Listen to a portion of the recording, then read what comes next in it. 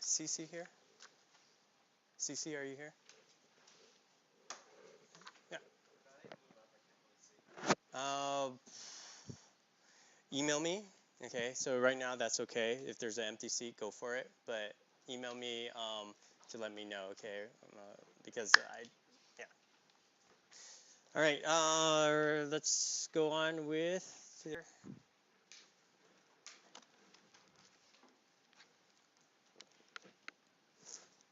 All right, so this should be a review. You do have another online quiz due on Wednesday night. That's for the appendicular skeleton, so make sure you do that before then.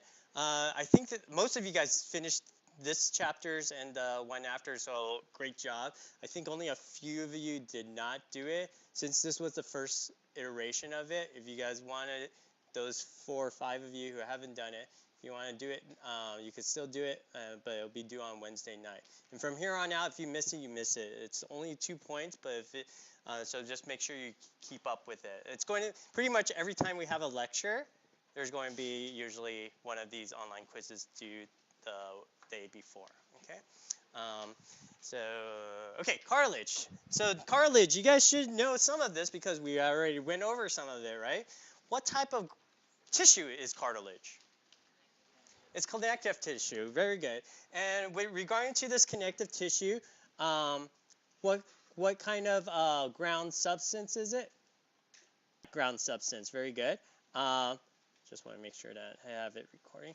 And that, okay, so it's gel-like ground substance. What kind of cells that we talked about are located in cartilage? Chondrocytes, right? And before they are chondrocytes, though, they are actually something called chondroblast. Yeah, exactly. And we'll talk about that in just a second. Okay.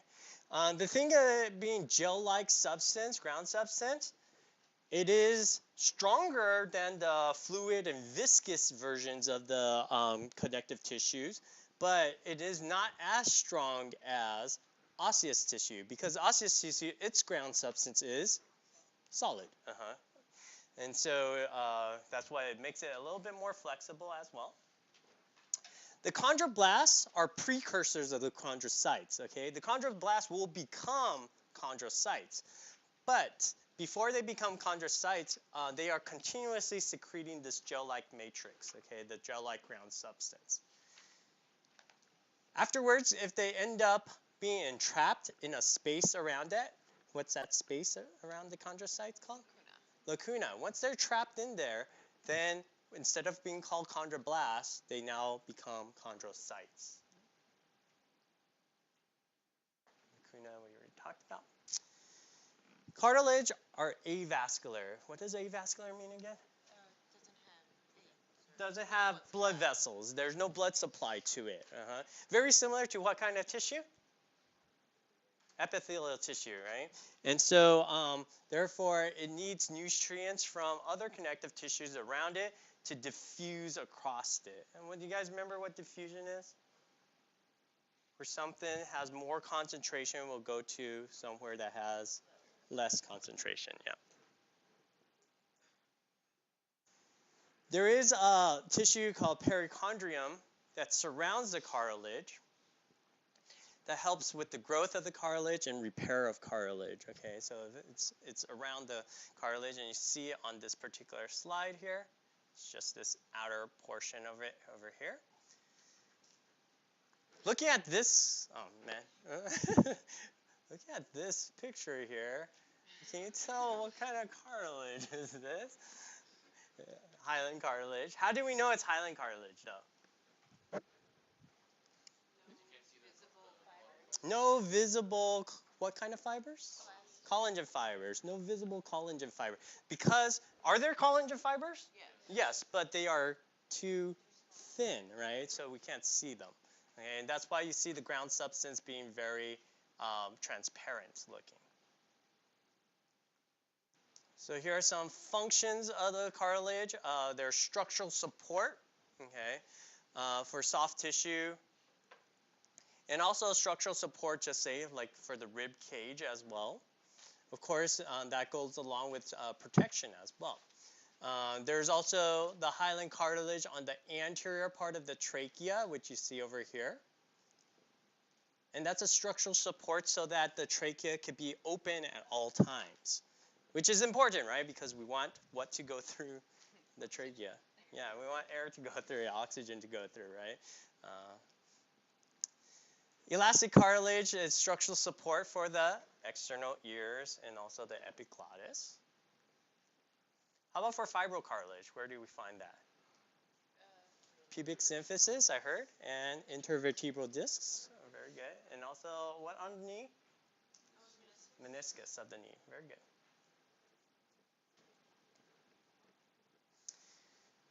Articulations is our fancy word for joints.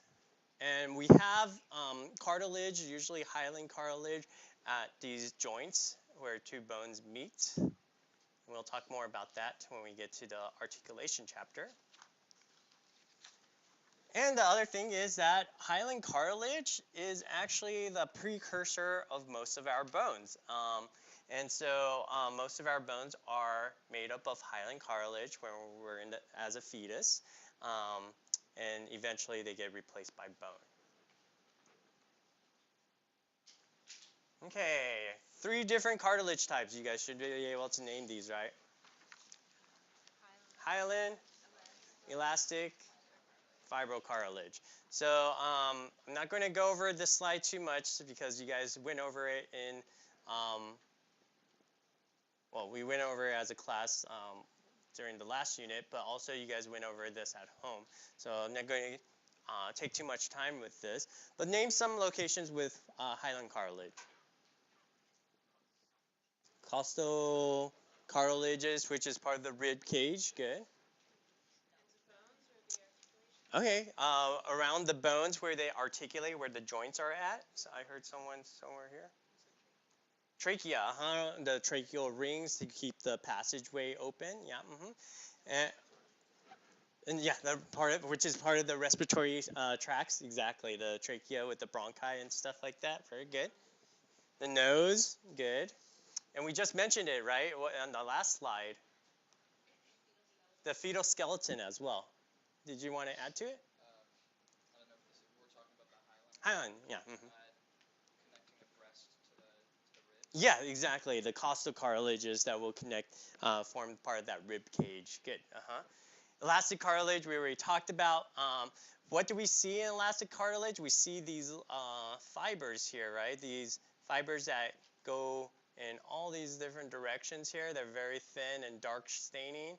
These are elastic fibers, okay? And elastic fibers has the ability to do what?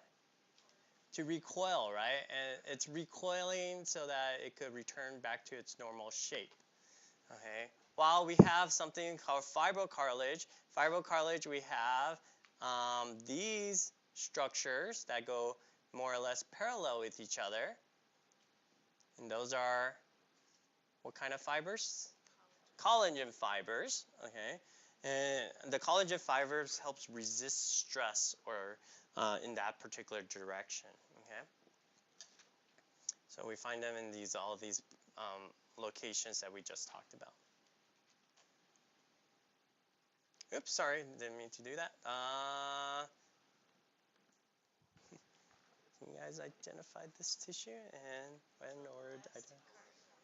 This is elastic cartilage because you see that all these fibers are going in many different directions. They're very thin and dark staining. Okay, so these are what kind of fibers? Elastic fibers. We also see these cells, right? Which are chondrocytes. So that already clues you in that what kind of tissue are we looking at? Cartilage, yeah, And then there's the space around it, right? Which are lacuna. Okay, so we know this is elastic cartilage. Can you name some organs that have elastic cartilage inside of them? Epiglottis, good. And the external ear, very good. Okay, function of bones. I'm not going to go too much into this, but once again, we have support and protection. And we also have how it ends up not support and protection. So we have once again like the ribs to help protect our lungs, the sternum protecting our heart, the cranium protecting our brain,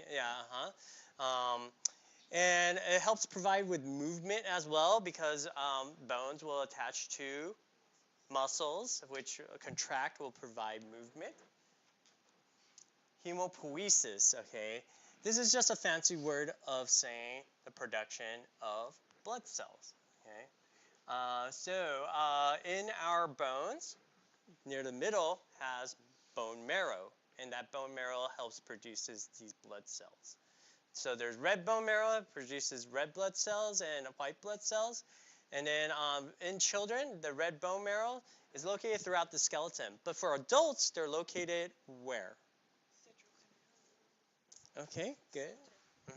On the axial skeleton, okay, which consists of your skull, your vertebrae, some of your ribs, and so on and so forth.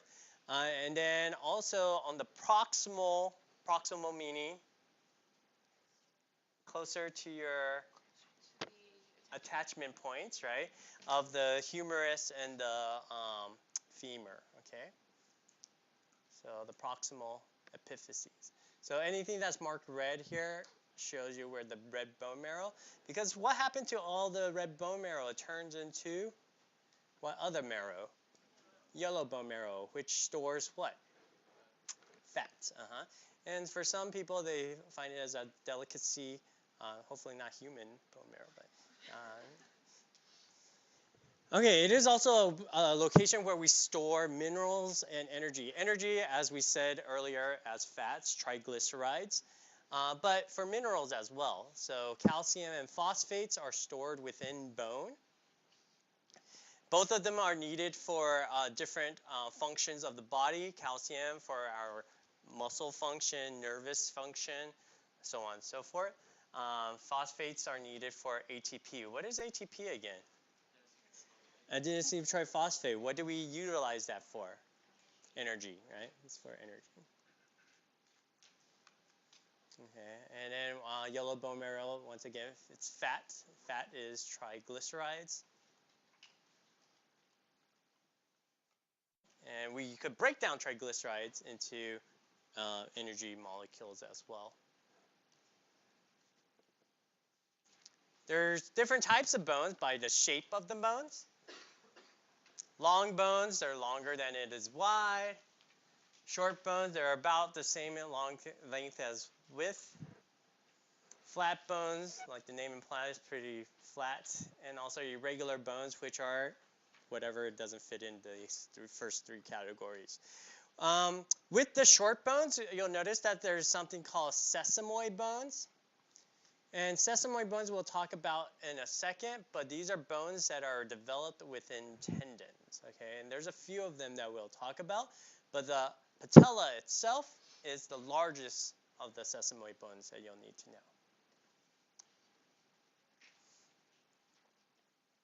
Okay, so let's go into things that you haven't looked into. First, the diaphysis. The diaphysis is the majority of the long bone that you see here. Inside the diaphysis is where the bone marrow is going to be located at. And on either end, there's going to be the epiphysis. Of course, you're going to have a proximal epiphysis, and there's going to be a distal epiphysis.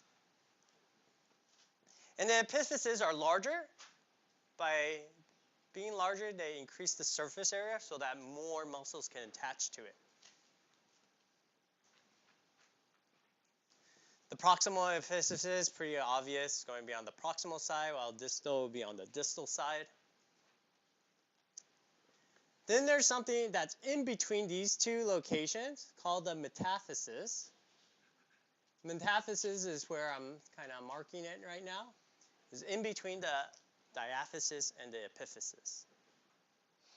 And in this location, this is where our bone growth is occurring. Okay, for if we're still going through adolescence as a child and we're still growing up, it's at the metaphysis that we are growing at. And there's two things. There's something called the epiphyseal plate that is located here. And you can see right here, right, and over here, this is the metaphysis, and this is specifically the epiphyseal plate. At this location, what kind of tissue will be located here? We said that bone is usually formed by what tissue? Hyaline cartilage. So there will be hyaline cartilage in these locations that will become bone as we continue to grow. However, as we continue to age, what occurs is that we stop growing, right? And as we stop growing, the hyaline cartilage will become all osseous tissue being what type? Bone tissue. So eventually it becomes an epiphyseal line, like you see here. Okay, so it's all bone at that point in time.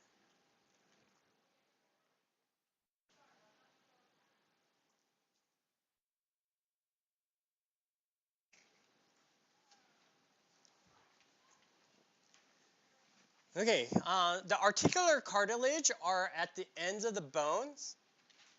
And we mentioned it earlier, what type of cartilage will be at the ends of bones? Hyaline cartilage. And it's there where it helps absorb shock and also help reduce the friction that occurs from bone to bone as it rub against each other at the joints. There's also a space in the middle here called the medullary cavity. And it's at the medullary cavity that is filled with the marrow, whether it's red bone marrow for children or for adults, there will be yellow bone marrow in these locations.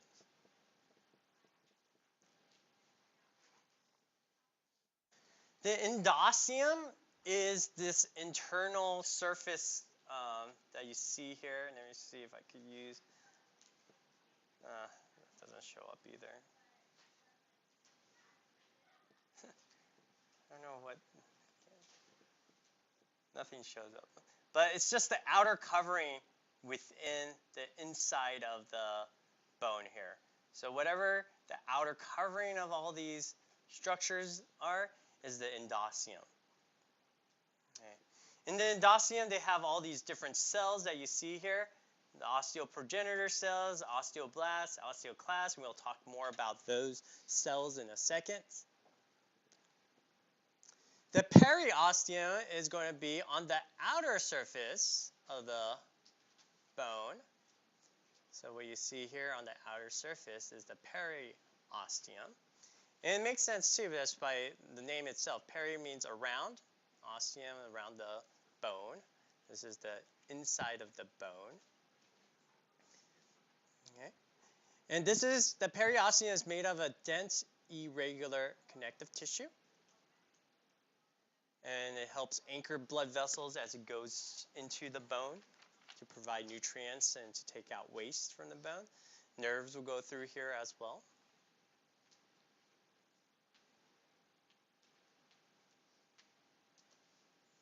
See, so we just talked about these different types of bone cells, and we're going to now tell you what they do and what they are. The osteogenic or osteoprogenitor cells, these are the ones that will undergo mitosis, okay? So these are the stem cells of the bone. And they will undergo mitosis. And when they undergo mitosis, one will continue to become the osteoprogenitor cells to undergo what again? What does the osteoprogenitor cells do again? They undergo mitosis. So one will continue to become an osteoprogenitor cell. So if this is an osteoprogenitor cell, it undergoes mitosis to form two cells, right? One will still be the osteoprogenitor cell. The other one will become an osteoblast, okay? The osteoprogenitor cell, what does it undergo? Mitosis. So it will form two more cells, right? This one will still be the osteoprogenitor cell, while this one will be a osteoblast, and so on and so forth. Okay? That way, we always have one cell that will undergo mitosis, while the other cell could do another function. Okay? The osteoblasts, in the other case scenario, they are the one that will secrete the bone matrix. Kind of makes sense, right? Because we said earlier on there was a cartilage cell that will make its matrix gel-like matrix. What was that one called again? Chondroblast, right? So it makes sense that this is going to be called osteoblast because these cells will make bone matrix. However, once they are entrapped in the lacuna, what do you think the osteoblast will become? Osteocyte, just like the chondrocytes, right? So the osteocytes, these are the mature bone cells, and they will detect mechanical stress, meaning that if you're exercising, putting stress on your bones, these osteocytes will detect that stress and tell the osteoblasts to make more bone. That's why it's so important for you guys to get exercise regularly so that you put stress on these bones to make more bone. And we just mentioned earlier how bone is a way to store calcium and phosphates, right? And so that will help increase your storage of calcium and phosphates. What age is exercise most beneficial for making the bone? Is it up until like 20 something? Yeah, exactly. I don't know exactly what age, sorry, but you definitely need exercise ever since you're young to be able to strengthen up your bones and stuff as you're growing and so on and so forth. But you want to start storing it and exercising, and we'll talk about for females on our last slide. But at the age of 30, that's when they start losing bone, the calcium within their bones and stuff like that. So it's important to build it up prior to then so that you have more stored up until then. Okay, osteoclasts, on the other hand, completely different cell. Does not come from the osteoprogenitor cells. Completely different cell, and they have a different function too. They are phagocytic cells. What is phagocytosis again? Cell eating, right? They will end up eating the collagen fibers and stuff like that within bone to end up dissolving it. They'll dissolve bone into calcium and phosphate ions. Oops, sorry. I need to go forward there. So once you dissolve it from bone, they'll release these calcium phosphate ions into the blood. Helps regulate the amount of calcium phosphates in your blood. Once again, calcium phosphates are important. Calcium is important for muscle contraction, for neuron activity, and phosphates are important for ATP. So if you don't have enough calcium in your blood or phosphates in your blood, then these osteoclasts will be activated so that we have enough calcium phosphates in our blood. Okay. They do so by secreting lysosomes. You guys remember lysosomes, right? Those are the little organelles that have enzymes inside of them, right? And that will end up digesting things. And they will dissolve the organic portions of the matrix. And we'll talk about these organic portions in just a second. Okay. Organic molecules. Whenever you think of organic molecules, these are usually carbon containing molecules. Carbon usually with hydrogens inside of these molecules. Not all carbon molecules are organic molecules, like carbon monoxide, carbon dioxide are not organic molecules. Those are actually inorganic. But majority of molecules that have carbon will be organic material. And the organic material that we're talking about are the different types of bone cells. What are the bone cells again? Osteocytes, good. What else? What makes up the osteocytes? Osteoblasts, good. And what makes up the osteoblasts? The osteoprogenitor cells too, right? And there's one more cell that we talked about as well, right? What other cell is there? Osteoclast, right? The osteoblast, what's its function? To make what? The bone matrix, good. The osteocytes are to do what?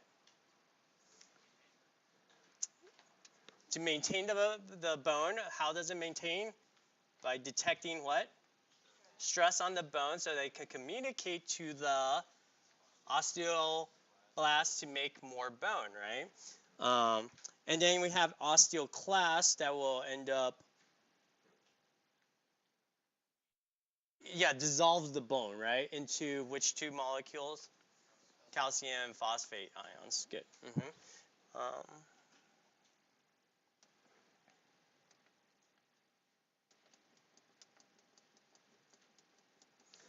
right.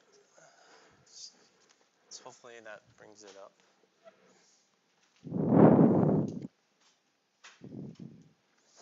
Okay, besides these bone cells, though, there is collagen fibers.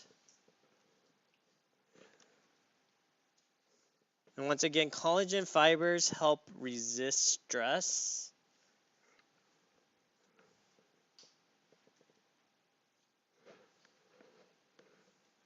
Really?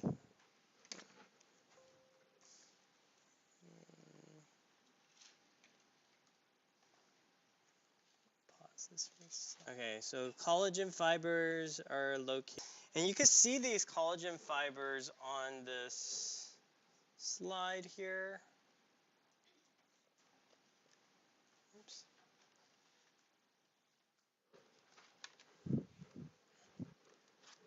So if you take a look at the collagen fibers, they don't actually show it to you on your text. In other textbooks, they actually show it to you. They kind of go all around like this, okay? And in the next concentric lamella, they actually go in this direction here. And by having this like crisscross direction, it helps resist even more stress on the bone. Okay, so collagen fibers, okay? And you see it here. Okay? These are the collagen fibers. And it goes in opposing direction to help resist stress even more so. The ground substance within the organic portions of it are semi-solid material that supports the collagen fibers. However, this ground substance becomes solidified by the inorganic materials that are embedded in there. Okay?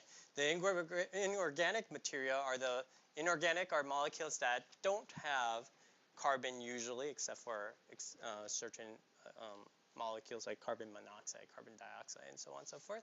But these are usually without carbon. So they give the strength to it. Something called hydroxyapatite. You don't need to know the chemical formula of it, so don't worry about that. But hydroxyapatite, they will end up solidifying the semi-solid material and make it harder by calcifying it. And so hydroxyapatite are made by calcium phosphate. Okay. Once again, you don't need to know the chemical formula of this, but these calcium phosphate makes up the majority of the inorganic components of the bone, and that's what hardens the bone.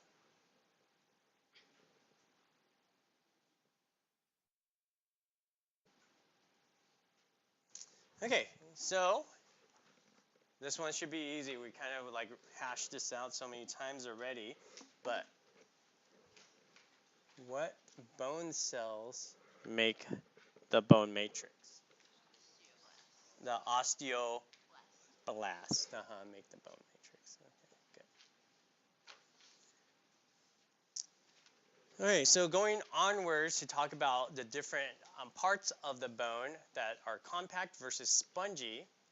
Compact bone, like the name implies, are very compact with each other and they're very dense portions of it. They form the outer part of the long bones here.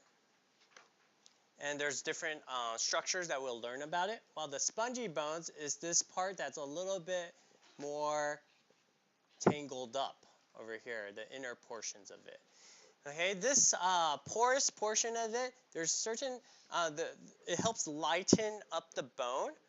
And plus, these parts of it here are called trabeculae, which are these brown structures that you see that webs around in here, they will end up helping it with the structural support of the bone as well. Okay, so it forms the inner lining portions of it, and at the ends of the long bones, the epiphysis. Remember, you guys, there's a proximal epiphysis and a distal epiphysis, are made up of this spongy bone as well as the inner parts of the diaphysis. Okay, there is something called diploid within flat bones. Notice this is spongy bone here, while on the outer surface here are the compact bone. These are the trabeculae once again.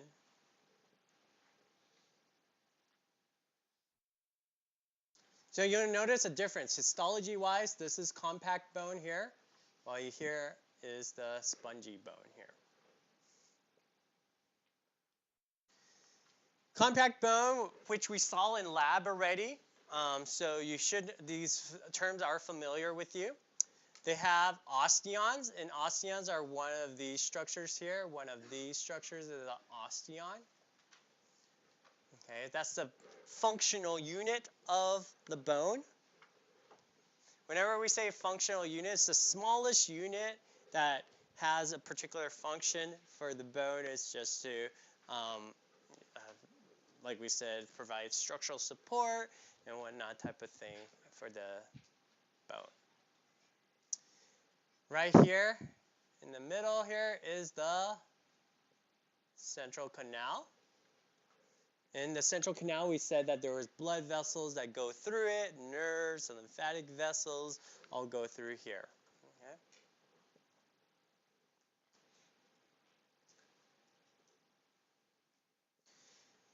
We have concentric lamellae, which are the structural portions of it. Okay. Concentric means just a circle within a circle within a circle. So these lamellae will end up having the collagen that runs in opposing directions to provide the strength of the bone. We have these spaces, right? These small little dots are the spaces. What are those spaces called again? Lacuna. In this case scenario, what are the cells that reside in these lacuna? Osteocytes, which are these bone cells. Okay. And they communicate with each other through something called the canaliculi. So if this is one lacuna here, here's another lacuna, there are these little passageways that will connect them to communicate with each other. Okay. So they communicate so that nutrients, waste, and gases can travel from the central canal eventually to these different osteocytes.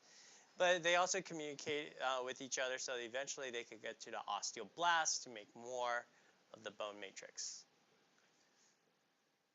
So that's an osteon, right? This is an osteon. Here's an osteon. Here's another osteon, and so on and so forth. But you'll be wondering, what are these parts called in between osteons? Those are lamella still, but instead of being called concentric lamella because they're not circle within a circle, these are going to be called interstitial lamellae. That's going to be in between the osteons, these parts here. These are older osteons. They used to be complete osteons, but they get resorbed.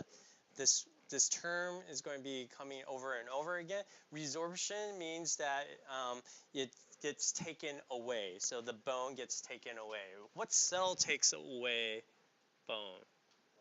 Osteoclast. So osteoclast does this resorbing. Spongy bone, also known as cancellous bones, is this part of the bone here. It's loosely organized. Okay, helps lighten up the bone as well as provide strength as well in different direction. Not as much strength compared to a compact bone. They don't have any osteons. The trabeculae are these structures that you see here.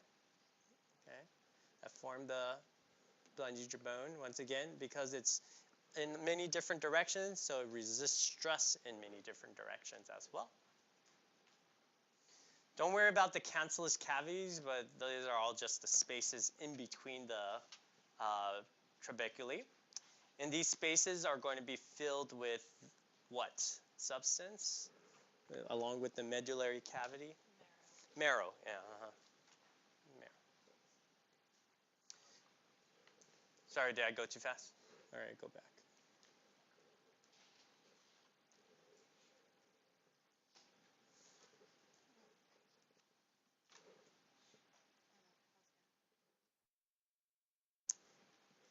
Okay, I was going to do a laser pointer thing. Let's not do a laser pointer thing. Yeah, I didn't have time to set that up. Okay, why don't I instead do it the opposite around? Okay, so what are these little spaces that you see here? Canaliculi, good. These spaces here are the lacuna. These cells are osteocytes. The space here is the central canal, and in your lab, you actually do need to know the blue one here is the vein. Here is the artery. The white ones are the nerves. Someone said something? Oh, I thought I heard. And then this one, the green one, is the lymphatic vessel. Lymphatic vessels, good. Okay, what are these structures here? These yellow structures that you see all around here? All this? Yeah, the lamellae. More specifically, these ones that go in circles like this are the concentric lamellae, right? While these ones here are the interstitial lamellae. Very good. Yeah. Mm-hmm. The small ones are the interstitial. Yeah, the small ones here are interstitial because if there was another osteon, it would be over here, right? And here's another osteon, and these are just in between the two osteons. Does that make sense? Okay, so that's one term I didn't say. The complete this entire thing is a osteon. Yeah. Lamellae. Uh-huh. Oh, that's a good question. I would believe so, but I don't know for sure. But okay, hurry it up. There. No, come on. If you look at it, it does seem like they would be able to communicate with each other. If there was a osteocyte over here, it would be able to communicate with this osteocyte, so on and so forth, kind of thing. I don't know for sure, but I believe so because if not, then it will end up dying, right? Does that make sense? Because in order to provide nutrients and waste, they need this kind of canaliculite to communicate from one osteocyte to another.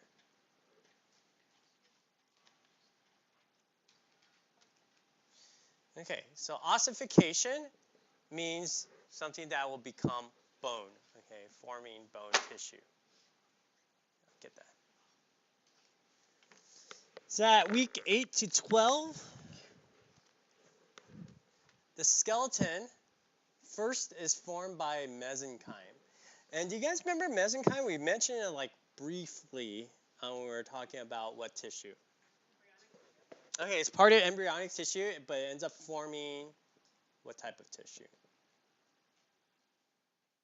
Out of the 4 tissues, connective tissue. Yeah, it forms connective tissue. Okay, so the skeleton will be formed by mesenchyme or hyaline cartilage, which most of the skeleton is going to be formed with hyaline cartilage. There's different types of ossification. There's intramembranous ossification, and then there's the endochondral ossification. Straight off the bat, endochondral ossification, like name implies, is forming bone through cartilage. More specifically, hyaline cartilage.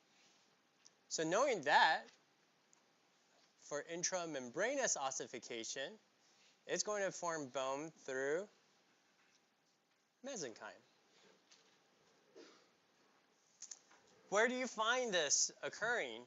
The intramembranous, you find it in the flat bones of the skull. Some facial bones, like the zygomatic bone, maxilla, and mandible. And also the clavicle. Not too many. For every other bone is going to be the endochondral ossification. So on the test, I could ask you a few different things regarding to these two ossifications. I could name a bone and say what kind of ossification forms this bone. You could say if it's intramembranous or endochondral. Another one is like if it begins as mesenchyme becoming bone, that one is intramembranous ossification. But if I say it's from hyaline cartilage to form bone, it will be endochondral ossification, so on and so forth. Okay, so intramembranous ossification occurs with mesenchyme tissue that will end up becoming osteogenic cells. And we know that osteogenic cells, they undergo what process? Osteogenic cells undergo mitosis to form an osteogenic cell and an osteoblast, right? And because of that, the osteoblast will end up secreting osteoid, which is bone matrix. And they'll form this thing called ossification center. Okay? Ossification center is where they're going to make more and more of this bone matrix. Calcification occurs when calcium phosphates are deposited into this bone matrix. And by depositing calcium phosphate, what happens to the bone matrix? It becomes more and more solid. It becomes harder and harder. Okay? And as it becomes harder and harder, the osteoblasts will start to be entrapped in a lacuna. And once they're entrapped in a lacuna, they become osteocytes. The trabeculae first form. So what type of bone is first formed then? Spongy bone is first formed. And then eventually there will be compact bone that will form around it. Okay, you see compact bone forming at the ends here. Most of it in the middle is going to be spongy bone. Do you guys remember what was this called, where you have compact bone, spongy bone, and then compact bone on the other end called? It started with a D. Diploid. Yeah, diploid. Endochondral ossification, instead of using mesenchyme tissue, it starts off with hyaline cartilage. And with hyaline cartilage, we have chondroblast, right? In the chondroblast, they will form its gel-like matrix. Around the hyaline cartilage, there's the perichondrium.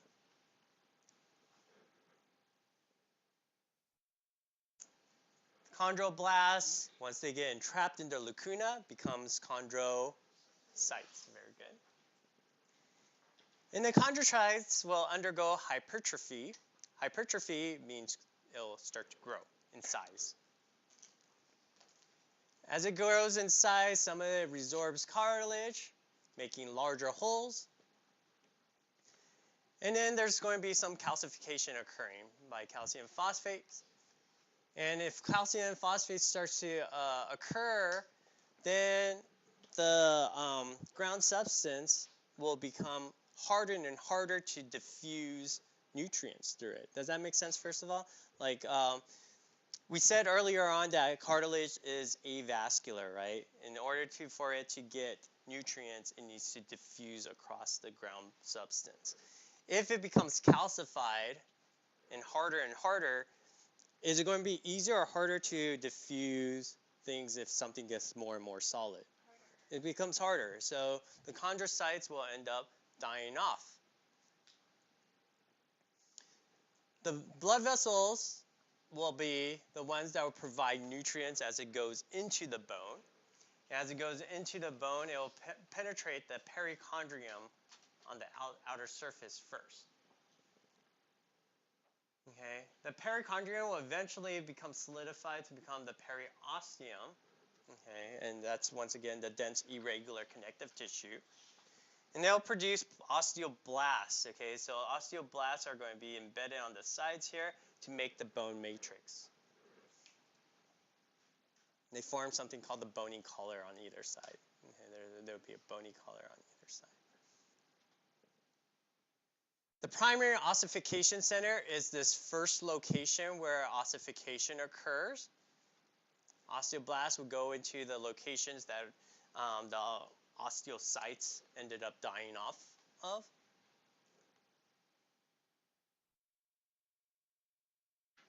Their secondary ossification center are going to be on the ends. What are the ends called again? Diaphysis is the shaft, the main portion of it. On the ends are the epiphyses. Yeah, exactly.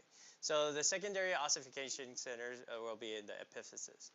Osteoblasts are the ones that will form new bone. Osteoclasts will resorb bone. Remember, what does resorb mean? What does it do to bone matrix? Break it down into calcium and phosphate. Good. The hyaline cartilage that remain are going to be at which locations of the bone? These locations. What is this region called? It's not the epiphysis, right? It's not the diaphysis. It's the metaphysis, at the metaphysis. And this is going to be the epiphyseal plate or line at this point. Still plate, still growing. Okay. It's still hyaline cartilage. Eventually, these epiphyseal plate will ossify, meaning become solid. And once it becomes solid, these epiphyseal plates will become epiphyseal lines. Very good.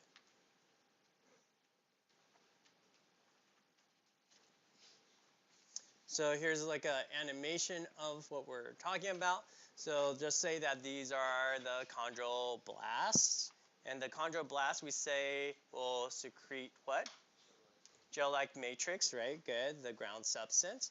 So here they are forming it. And what are the edges called again? The perichondrium. The perichondrium. And we talked about how the chondroblasts, once they form a space around it, the lacuna around it, they will then become chondrocytes, okay? And the chondrocytes will then undergo hypertrophy, which they grow in size, right? But eventually what happens with the ground substance, it becomes solidified, becomes calcified, right? As it calcifies, what's going to happen to the chondrocytes inside the lacuna? They'll die off, okay? And once they die off, they'll leave these spaces in there, okay? And then we have the primary ossification center where we have the blood vessels going to these locations. And what cells will also be brought into these locations? Osteoblasts, okay? So over here I'm just showing you osteoblasts on the sides here that will end up forming the bony collar, because the periosteum, perichondrium will become the periosteum, right? These sides that we just said. It was perichondrium, now it's become periosteum. Okay, so the osteoblasts on the sides will form the bony collar, and there are going to be some capillaries that goes to these lacunas, bringing in osteoblasts into these locations, forming more bone matrix at these locations. Okay, and as it forms more bone matrix, and there's other cells, right, that will end up doing what to the bone matrix? Breaking it down, right? What are those cells that break it down? Osteoclasts, right? And so they'll end up forming, so that's just more bone matrix being made by osteoblasts. So there's also osteoclasts that will end up, what do you call it when it breaks it down? There's a term for that. Resorb. Resorb. Okay, so we'll break it down. So then eventually you'll have this medullary cavity, right? And you also have the trabeculae here, right? The cancellous cavity is on this side, and also the compact bone at the very ends of it. So you don't need to know this slide, but it kind of explains the process of endochondral ossification in the progress when we're talking about the epiphyseal plates. That's where bone is forming, right? So we have the zone of, or the resting zone. The resting zone is just hyaline cartilage, okay? So nothing is occurring at these hyaline cartilage. There's also something called the zone of proliferation. When we talk about zone of proliferation, they are undergoing mitosis. They are dividing, actively dividing. Okay. Then we have the zone of hypertrophy, where we end up growing in numbers or size, right? We're growing in size. Eventually, the calcification occurs, which will end up causing those chondrocytes to die off, right? Because of lack of nutrients going to them. And eventually it becomes ossified. And as ossification is where we have the actually bone tissue, the osseous tissue. So usually starting from the spongy bone onwards. So you see all these, right? Over here you can see this is like hyaline cartilage over here. Over here you see how they're all grouped up and bunched up together here. It's because they're actively dividing over here. Over here, you notice how they are now growing in size, right? It's first smaller and gets bigger and bigger and bigger. Over here, notice what happens to the nucleus. Do you see any nucleus down here? Not so much anymore, right? It's because they are dying off through the calcification. And then finally down here is more or less like spongy bone that you see down here. So with bone growth, we have bone growing at the epiphyseal plate. Once again, what region of the bone is the epiphyseal plate located at? At the metaphysis, very good. This is occurring at the zone of proliferation and also the zone of hypertrophication as well. Okay, hypertrophy meaning size is growing, right? While proliferating, they are growing in numbers. So what is occurring during this mitosis, right?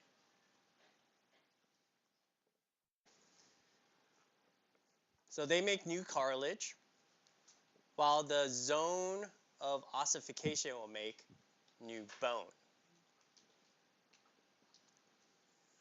As we age, the amount of cartilage production will decrease. The amount of bone production will increase. Okay, so the epiphyseal plate will become thinner and thinner and thinner until we get an epiphyseal line.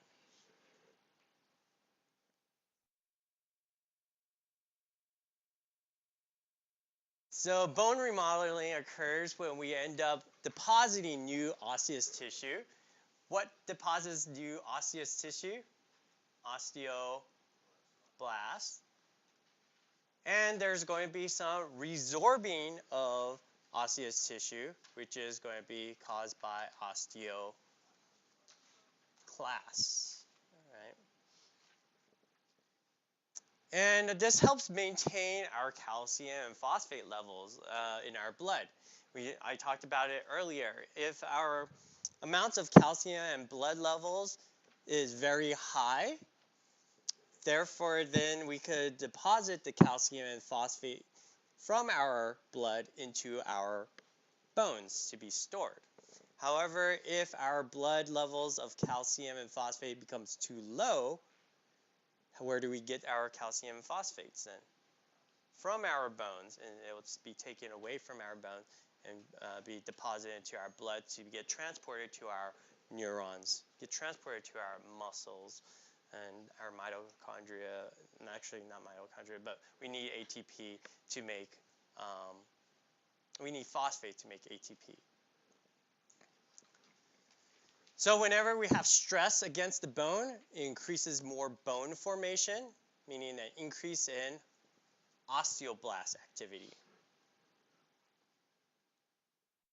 As we age, we end up resorbing more than we end up depositing.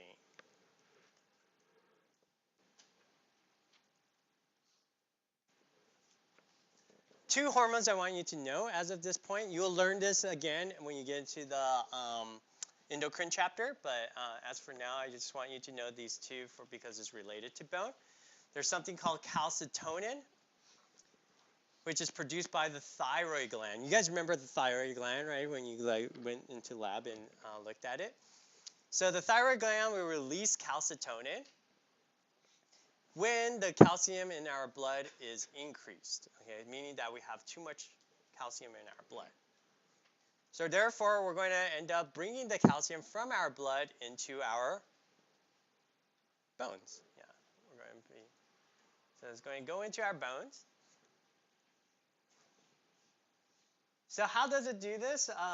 It will end up inhibiting osteoclast activity. So if you inhibit or prevent osteoclast activity, you're going to prevent what from occurring?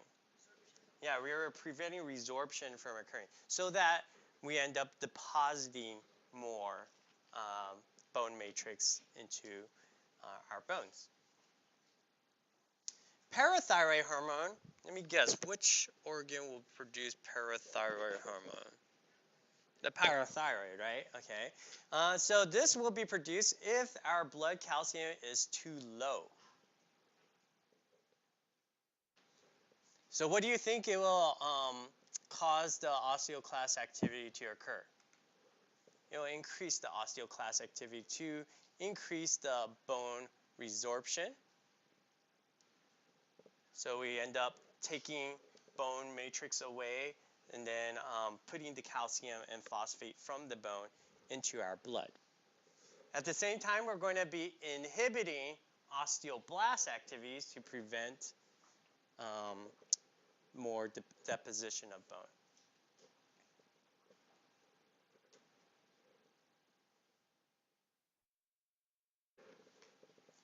All right. Yeah, go ahead. PTH occur during atrophy? During, you mean if you don't exercise and stuff like that?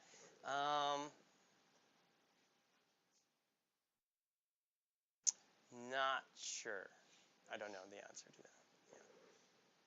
Yeah. Mm-hmm. So when there's not enough calcium in the blood, this happens, or when Yes. Okay.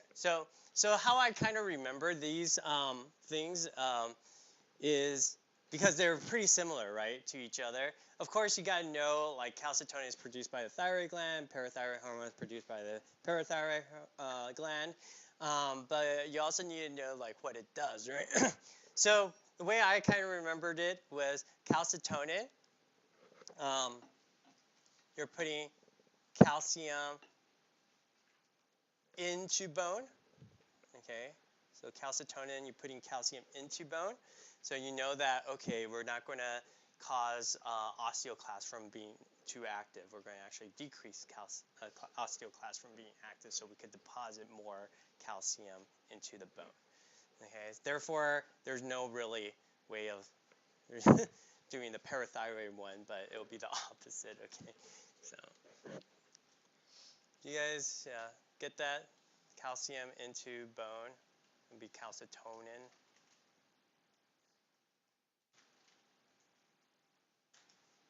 So osteoporosis is when your bone density decreases, okay, and that will potentially cause fractures.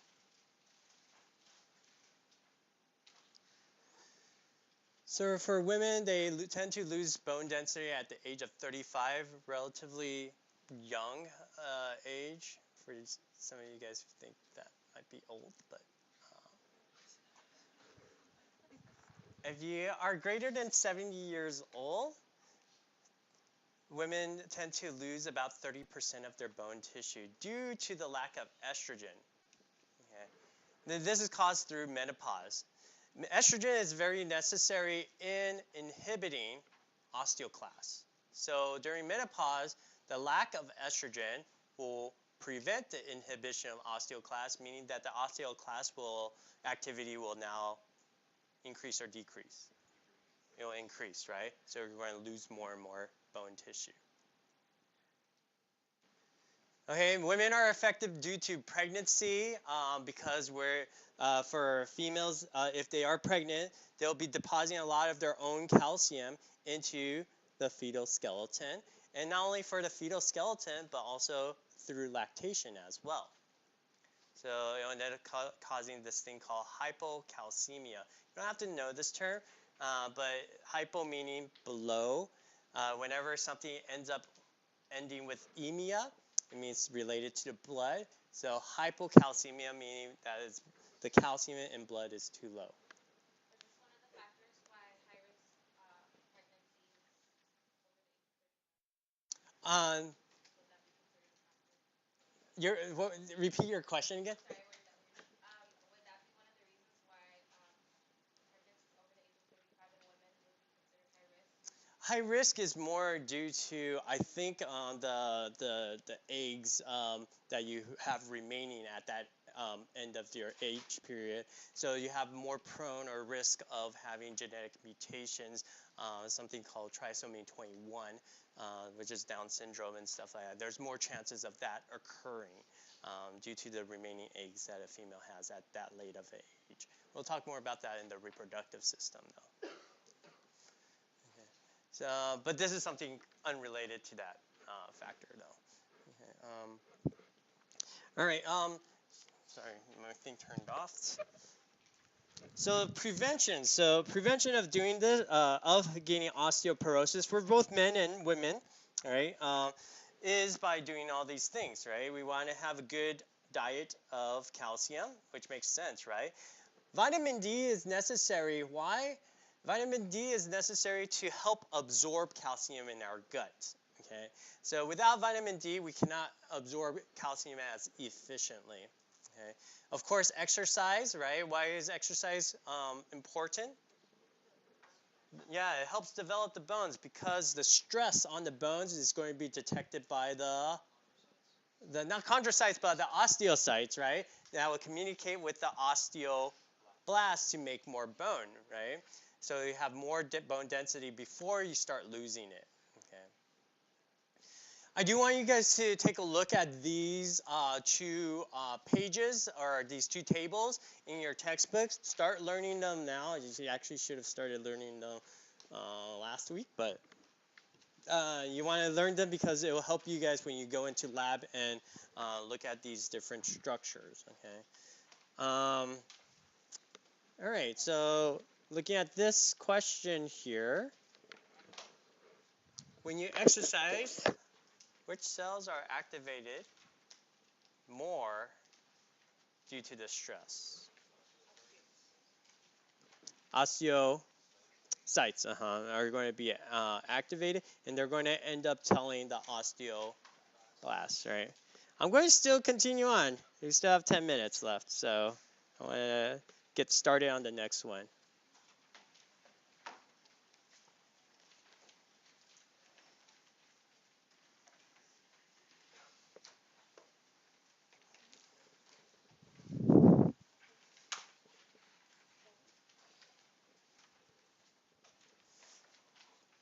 Hey, the skeletal system has 206 bones in an adult.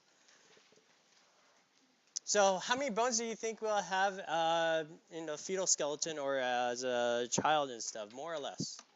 More, right? Because we just talked about how as we age, we end up fusing more things together.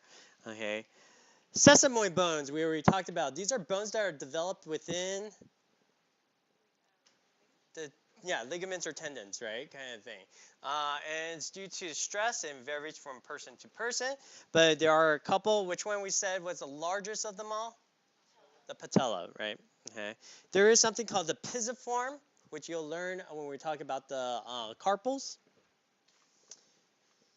Articulated skeleton is when bone is joined up together with other bones. Okay, so this is where everything's put together. While disarticulated is when we end up seeing them by itself. Okay, in the lab we'll definitely have you guys identify it in a disarticulated format for the most part, except for the skull. There's different regions. The axial skeleton, okay, which is the skull, vertebral column, and the rib cage. Okay, there's also bones associated with the skull there. And then the appendicular skeleton, which is the extremities that we will talk about. Okay, and we already talked about for the red bone marrow, they are located where for adults? Axial skeleton, with only the proximal ends of the humerus and femur for the rest, right? Okay. Skull cavities. We have the cranial cavity to help predict the brain, which makes sense. The orbit or orbital complex will protect our eyes. You do need to know these bones that make up the orbit, okay? So a test question I could potentially ask you is, I could say, which bones make up the orbit, or I could say like which bone isn't part of the orbit, okay? So you have to choose from those lists and see what's not part of the orbit. The nasal cavity is for air passageway. We have the choani. The choani is this internal nares. Let me use a different color here. Is this just this region here? It's the division line between the nasal cavity with the pharynx. Okay, and it's actually part of the sphenoid bone. I mean, not part of the sphenoid bone, but the sphenoid bone will make this passageway. The oral cavity is this one down here for both air and food. We have the middle and inner ear cavities here. We'll talk more about that when we get into the special senses for hearing and also equilibrium. Something blinking. And then we have the paranasal cavity. I don't know what is going on with this. The paranasal cavity. The paranasal sinuses, sorry, not cavity, but paranasal sinuses helps lighten the skull and help resonate our voice when we're speaking or singing.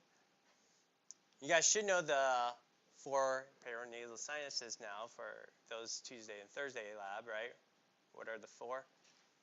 Frontal, maxillary, good. Sphenoidal and ethmoid. Very good. Those are the